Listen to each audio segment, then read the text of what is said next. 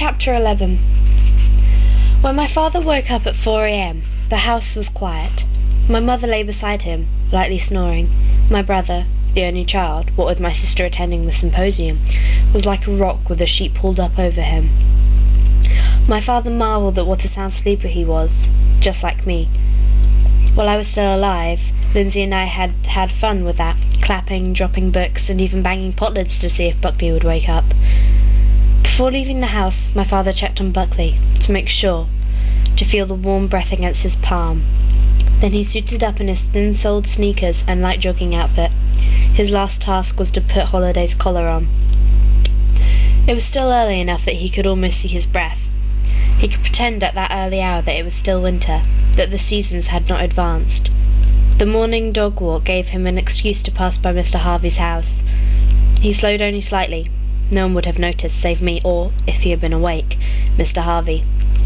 My father was sure that if he just stared hard enough, just looked long enough, he would find the clues he needed in the casements of the windows, in the green paint coating the shingles, or along the driveway, where two large stones sat, painted white. By late summer 1974, there had been no movement on my case. No body, no killer, nothing. My father thought of Ruana Singh. When I was sure, I would find a quiet way, and I would kill him. He had not told this to Abigail, because the advice made a sort of baseline sense that would frighten her into telling someone, and he suspected that someone might be Len. Ever since the day he'd seen Ruana Singh, and then had come home to find Len waiting for him, he'd felt my mother leaning heavily on the police.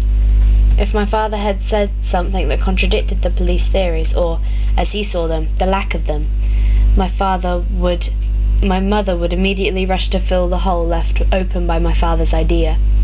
Len says that doesn't mean anything, or, I trust the police to find out what happened. Why, my father wondered, do people trust the police so much? Why not trust instinct? It was Mr. Harvey, and he knew it. But what Ruana had said was, when I was sure. Knowing, the deep soul knowing that my father had, was not, in the law's more literal mind, incontrovertible proof. The house that I grew up in was the same house where I was born. Like Mr. Harvey's, it was a box, and because of this I nurtured useless envies whenever I visited other people's homes. I dreamed about bay windows and cupolas, balconies and slanted attic ceilings in a bedroom.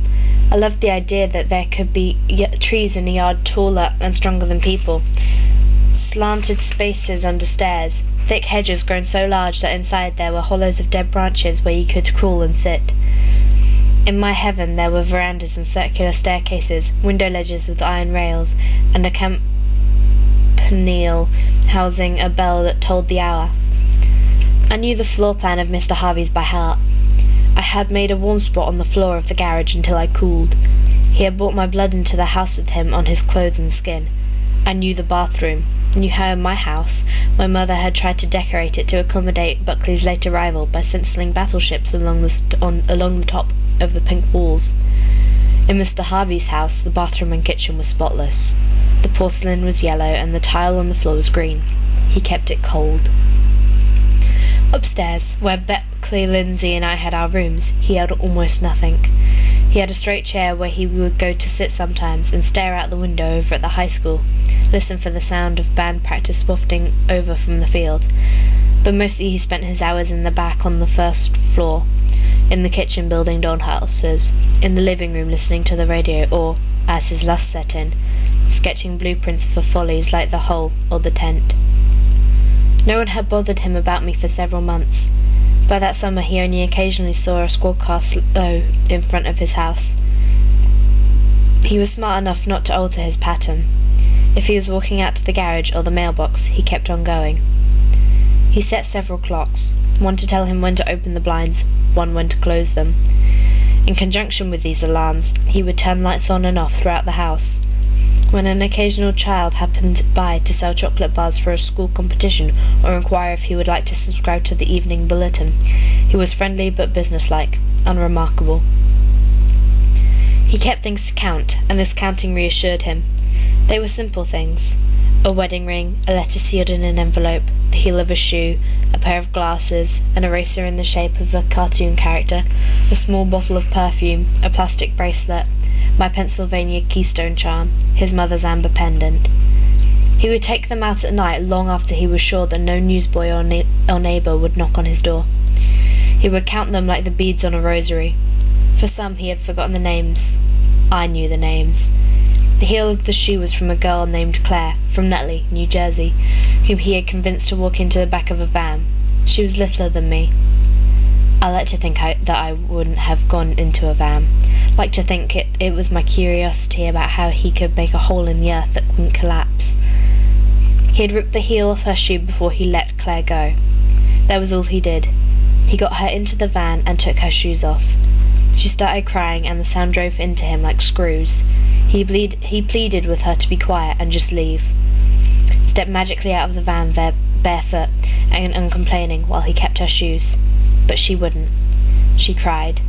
He started working on one of the heels of the shoes, prying it loose with his penknife until someone pounded on the back of the van.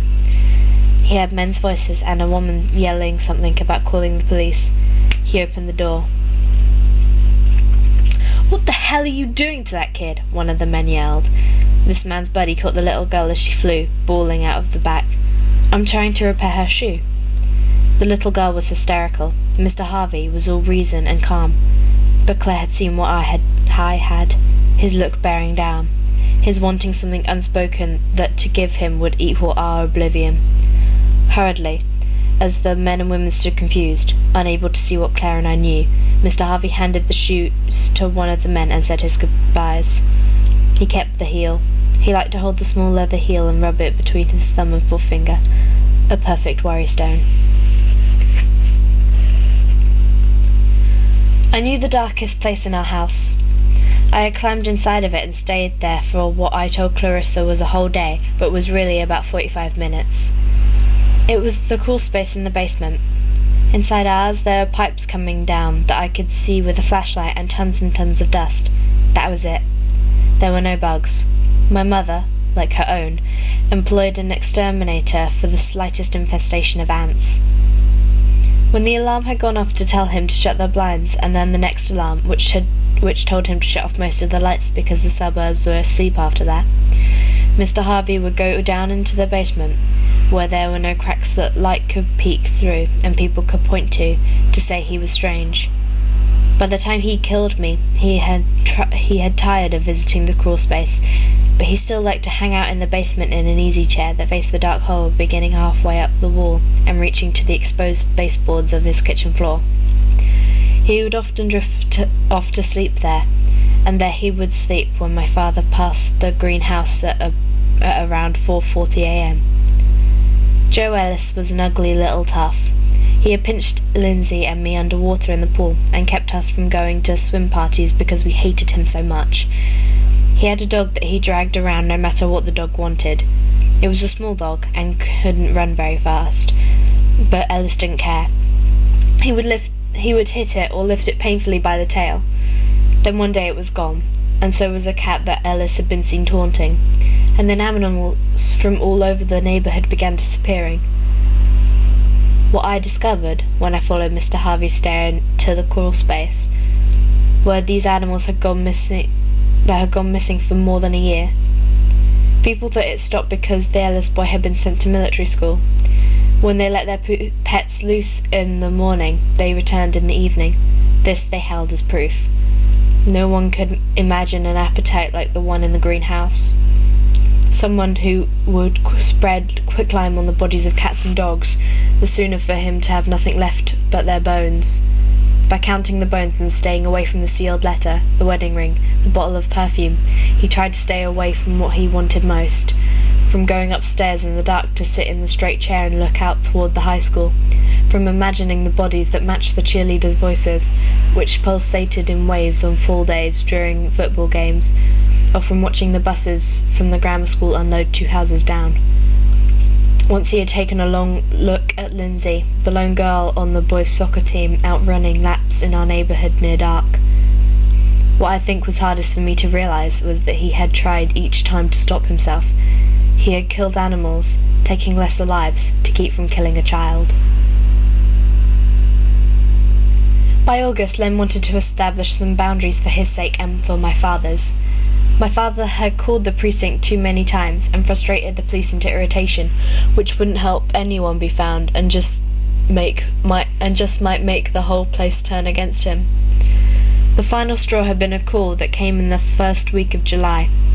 Jack Salmon had detailed to the operator how, on a morning walk, his dog had stopped in front of Mr. Harvey's house and started howling.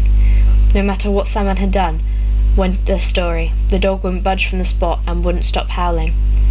It became a joke at the station, Mr. Fish and his huckleberry hound. Len stood on the stoop of our house to finish his cigarette. It was still early, but the humidity from the day before had intensified. All week rain had been promised, the kind of thunder and lightning rainstorm the area excelled at, but so far the only moisture of which Len was aware was that covering his body in a damp sweat.